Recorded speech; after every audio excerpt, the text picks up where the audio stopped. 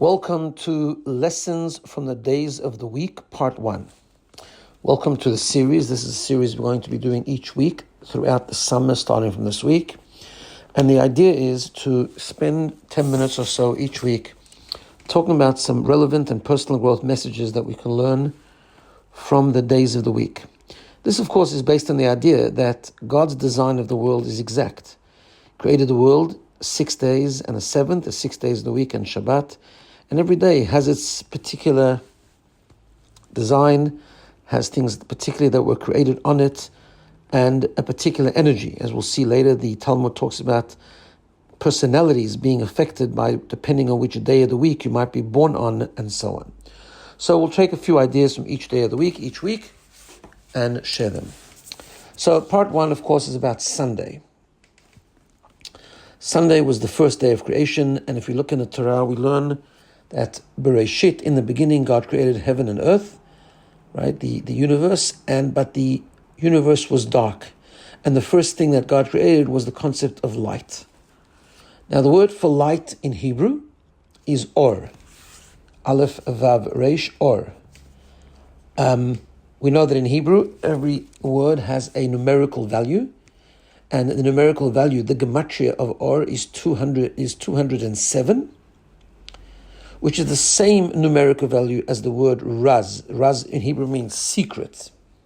So what's the significance of that? And also, what's the significance of the fact that God created light at the very beginning of creation before anything else was created? Isn't light to serve a purpose, to be able to see what is already there? In other words, shouldn't God first create trees and grass and animals and birds and so on, and then create light so we could see them?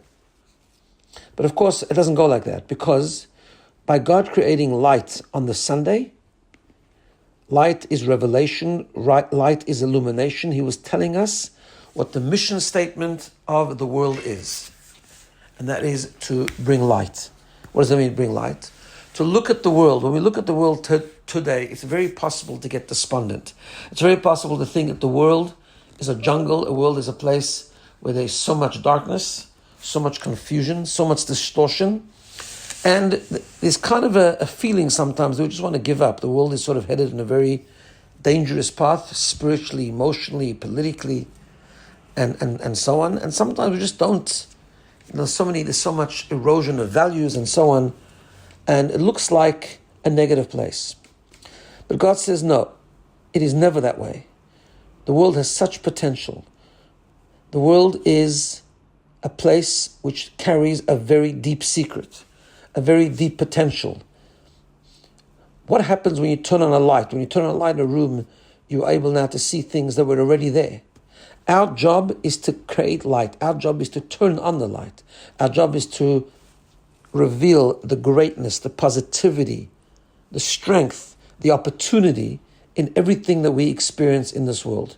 Whatever we encounter, wherever we live, whoever we talk to, whatever we experience has an opportunity. Even if it looks dark, that's because the light switch hasn't been turned on.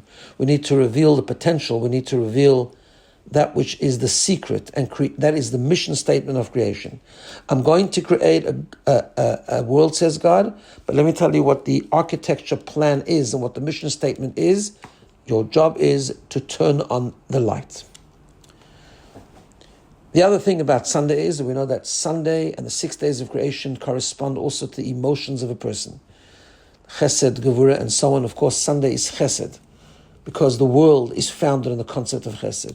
One of the ways we turn on the light in the creation is by always reflecting that what we do, is it related to giving? Is it related to connection with others or a higher power? Is it about going beyond ourselves? That's what God did. God founded the world on Sunday, on Chesed, as the Pasuk, the verse says, Olam Chesed Yibaneh. The creation is based on the concept of kindness. God did that. He revealed himself. He revealed light. He gave to us. He created a creation that he should be able to be kind to us.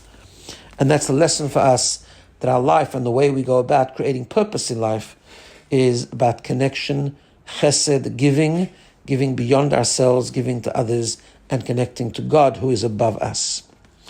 And finally, I want to quote for you a very fascinating passage in the Talmud. Talmud in Masechet Shabbat, in the Tractate of Shabbat, has a piece off on a tangent where it talks about the personalities of people that are born on the different days of the week. Now, we need to be very clear. As we go through this week, and we'll try to quote a few, we go through the days of the week. Some of them are actually quite negative, and they need to be understood, which we explore the commentaries and to understand what that means, because there is nothing negative about the creation. Sometimes when someone has a negative personality trait, it means it needs to be harnessed, it needs to be channeled into something very, very amazing. So let's take an example. Let's take Sunday. God says, the Talmud says, he who was born on a Sunday will be a man of one type of nature, without the trace of any other personality in him. Now, what does that mean? In other words, you won't be sort of flexible in terms of his personality. He'll have one personality. And the Talmud explores this and says, what does that mean? Does that mean something only good, something only bad? Obviously, it can't really mean that, because the great Rabbi Ashi said, I was born on Sunday, and so was another person called the Dimi Bar Kakutska, and also born on a Sunday. He says, I became a leader among the Jewish people, and he became a leader among the thieves, among the gang of thieves. So what does that mean? It means, says the Talmud, that if a person is born on Sunday, either the person's nature will be all good, or perhaps all negative. Now, why is this? Because, says the Talmud, darkness and light were created on Sunday. So it's either dark, or it's either very bright. Now, a couple of things to understand here. First of all, even if one's personality is affected by the days of the week, which the Talmud says it is, we are never bound by any of this. The uniqueness of a human being is that we can raise above and we can transcend our personality, we can go beyond ourselves, and we can do things that are not our natural disposition. However, what does this actually mean, and what is the lesson from it? So Rashi, the great commentator, explains that actually what we're talking about leadership. That Sunday, if a person is born on Sunday, he's destined to have leadership qualities. Leadership qualities mean that you become a strong leader with an amazing focus and emphasis on one particular sort of idea. In other words, of course, a leader has to be flexible. Of course, we all have to entertain different types of personalities depending on the call of the hour. But leadership means that we have values. Leadership means we have convictions. True leaders are strong. Even leaders who are bad leaders of thieves, as the Talmud says. They're very focused. They're very obsessed with their outcome, with their plan, with their mission, and what they want to do.